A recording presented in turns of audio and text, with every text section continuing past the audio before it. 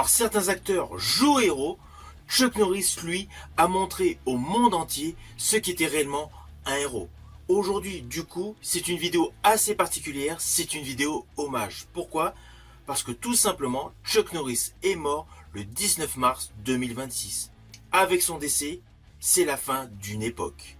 Une époque où les justiciers s'imposaient par l'action, ils étaient très physiques et surtout les combats étaient réels. On n'était pas sur de l'infographie, sur des CGI ou autre IA.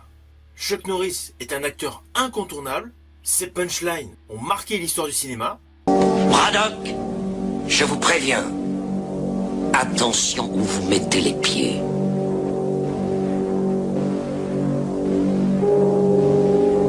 Je mets les pieds où je veux, Little John.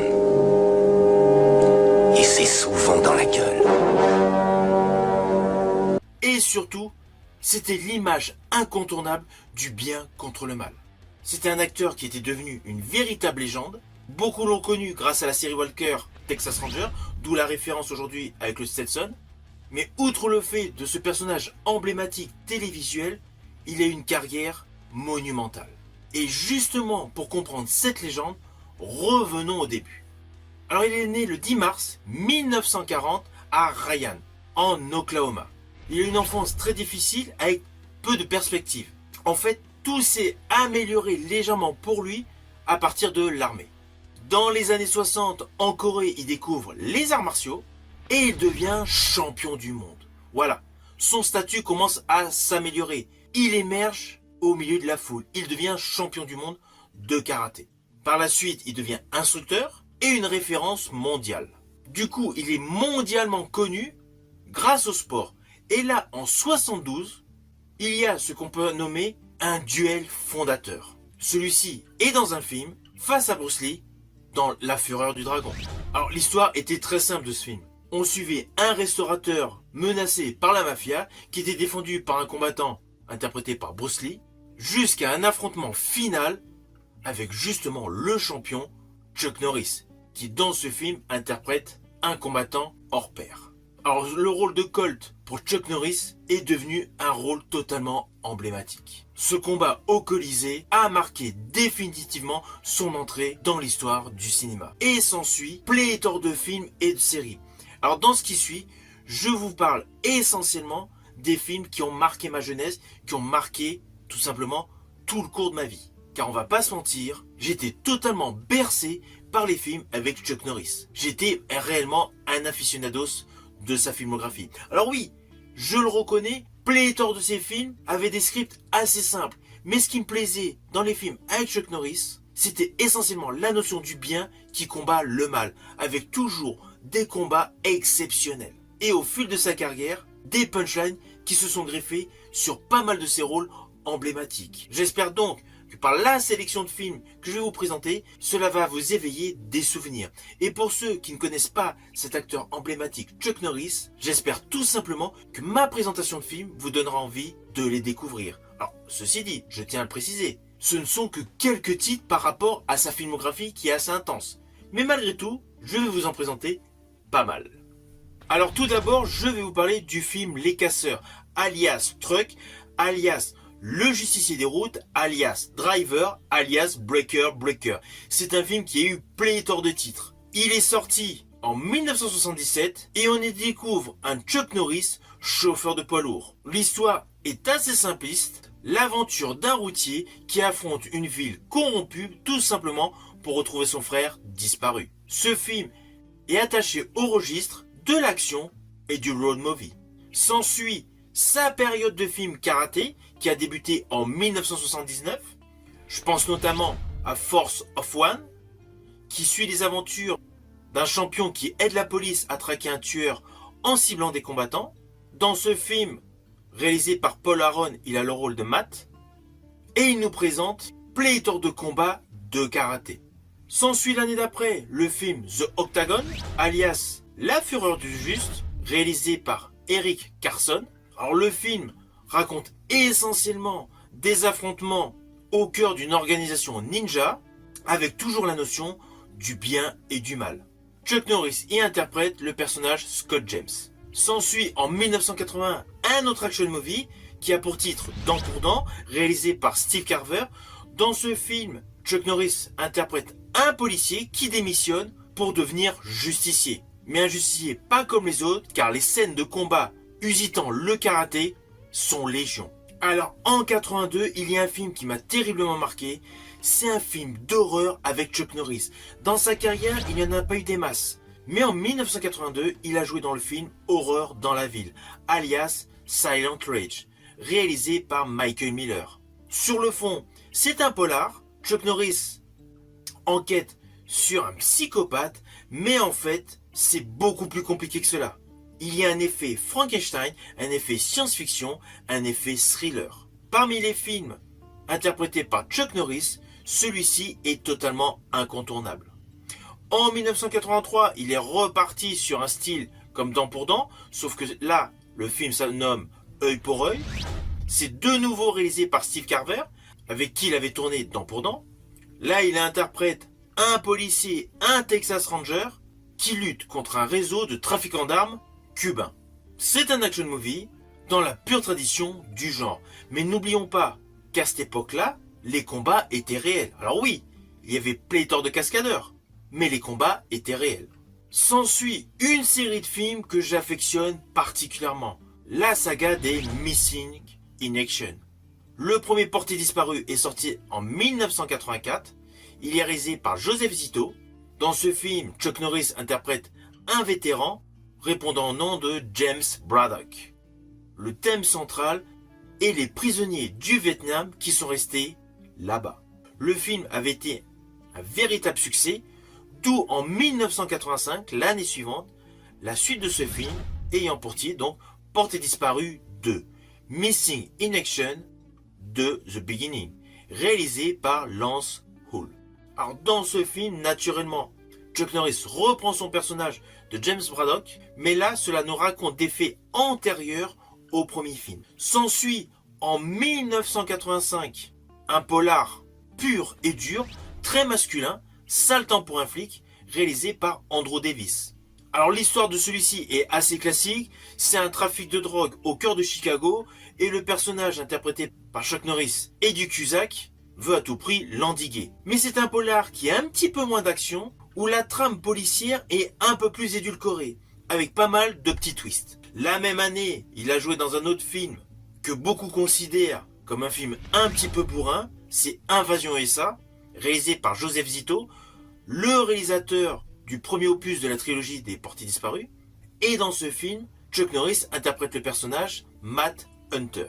Alors c'est évident, l'histoire de ce film est totalement impossible.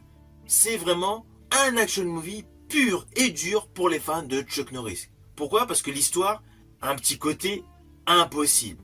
Une armée de guérillas extrémistes communistes dirigée par un ex du KGB répondant au nom de Rostov débarque en Floride et instaure une vague de chaos aux États-Unis. En fait, il fait une invasion de l'Amérique. Et évidemment, il y a un seul personnage qui peut contrer tout cela, c'est le personnage Matt Hunter, interprété par Chuck Norris. Alors pour la petite histoire, l'un des scénaristes de ce film n'est autre qu'Aaron Norris. Celui-ci est le frère de Chuck Norris. Et d'ailleurs, par la suite, il a collaboré à plusieurs reprises. En 86, il joue dans le premier opus de la saga des Delta Force, aux côtés d'acteurs emblématiques comme Lee Marvin et Robert Vaughn. Il interprète le rôle du colonel Scott McCoy, un spécialiste pour les actions antiterroristes. Et là, l'histoire se consacre essentiellement sur une mission militaire pour sauver des otages au cœur d'un avion de grande ligne. S'ensuit un film assez particulier qui voulait être dans la même veine que les Indiana Jones, mais avec un niveau vraiment cheap. Le film a pour titre Le Temple d'Or, réalisé par Jack Lee Thompson. Dans ce long métrage, Chuck Norris interprète Max Donigan, un aventurier associé à son ami Leo Porter, qui sont engagés par une certaine Patricia Godwin pour retrouver un trésor aztèque. Alors ce n'est pas un grand film avec Chuck Norris, mais il a le mérite d'être divertissant, et surtout, il nous montre une prestation de Chuck Norris qui s'associe davantage sur un registre aventure. S'ensuit en 1988 un autre film que j'apprécie grandement. Il s'agit de Braddock Porté Disparu 3, alias Braddock Missing in Action 3, d'Aaron Norris, le frère de Chuck Norris. Et dans ce film, il interprète James Braddock. Alors pour la petite histoire, ce film a beau s'appeler Porté Disparu numéro 3, en fait c'est une troisième aventure du colonel fictif James Braddock. Car en fait, il n'y a aucune relation directe avec les deux précédents opus de la saga des Portés Disparus. Ce sont vraiment des histoires complètes, indépendantes à chaque film. Autant le 2 pouvait raconter le préquel du premier opus, mais ce troisième opus est totalement indépendant. Cela n'empêche pas que c'est un film incontournable. Et alors là, toujours en 1988, Chuck Norris a joué dans un film qui fait partie de mes préférés sur sa filmographie. Un polar thriller de William Tannen qui a pour titre Hero and the Terror. Dans ce film, Chuck Norris interprète le personnage Danny O'Brien. Son personnage de policier est considéré comme héros car à Los Angeles, il a mis hors d'état de nuire un certain Simon Moon, un tueur psychopathe surnommé la Terreur. Mais évidemment, ce psychopathe s'échappe de l'asile. Alors j'estime que ce film, Hero and the Terror, était en avance sur son temps. Ce type de film a davantage pris essor grâce au succès planétaire de Seven, porté par Brad Pitt et Morgan Freeman. Mais en fait, ce film Hero est vraiment dans la même veine. Dans celui-ci, le karaté est légèrement mis de côté. C'est vraiment un suspense avec une histoire totalement troublante. Ensuite, 2 ans après, Delta Force 2, The Colombian Connection. Toujours réalisé par Aaron Norris, et évidemment dans ce second opus, Chuck Norris reprend le rôle de Scott McCoy. Ainsi, Chuck Norris reprend son personnage de colonel d'unité d'élite, mais cette fois pour endiguer un réseau de trafic.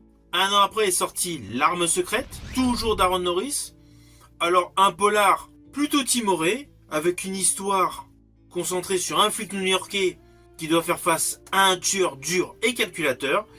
Dans ce film, qui est certes considéré comme un action movie, il y a un petit peu moins de scènes de combat et il y a davantage de punchline. Mais cela n'empêche pas que cela reste un bon polar.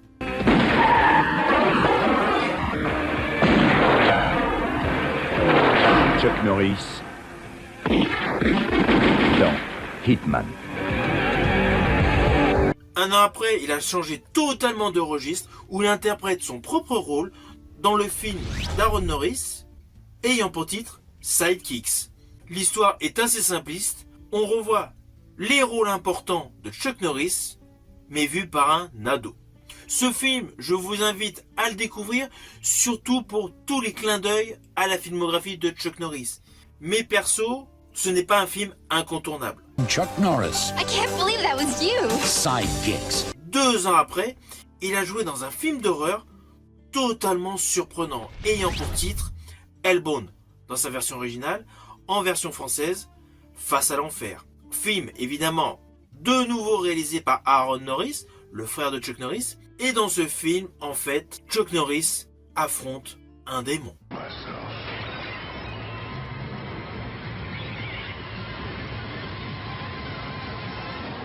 Welcome to hell. Chuck Norris, Hellbound. Ceci dit, la même année de sortie que ce film, Face à l'enfer, a débuté à la télévision la fameuse série Walker Texas Ranger. Une série qui a débuté donc en 93 et qui s'est terminée en 2001.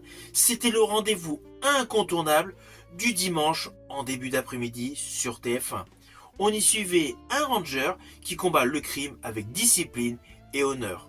Dans cette série, Chuck Norris a multiplié les chorégraphies de karatéka et les punchlines inoubliables. En 2003, il a joué dans un film d'horreur surprenant, avec un petit peu moins d'action, mais qui est plutôt pas mal, qui a pour titre Bells of Innocence. L'histoire de ce film, réalisé par Ali Bijan, nous présente un homme traqué qui trouve refuge dans une ville mystérieuse. For the Bells of Innocence. S'ensuit en 2005 Le Sang du Diamant, réalisé par William Tannen, où Chuck Norris interprète un policier qui infiltre un trafic de diamants. Alors naturellement, je vais également vous parler de sa prestation dans Expendables 2 de Simon West en 2012. Son apparition est assez succincte, mais juste le dialogue autour de son arrivée est topissime. J'ai aussi entendu dire que t'avais été mordu par un cobra royal. Oui, c'est vrai, oui. Mais après 9 jours d'atroces souffrances, il a fini par mourir.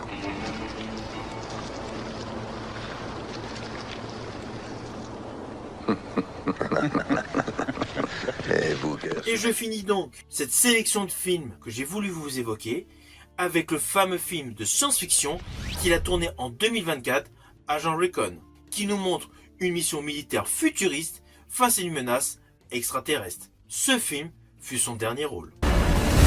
Oh Jim, I got this.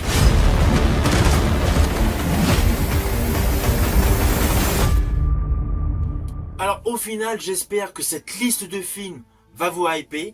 Ce sont tous des films à découvrir ou redécouvrir. Chuck Norris était réellement un acteur incontournable. Il a marqué plusieurs générations et je fais partie des gars qui étaient tout simplement fans de sa carrière. Je vous dis à bientôt pour une prochaine vidéo.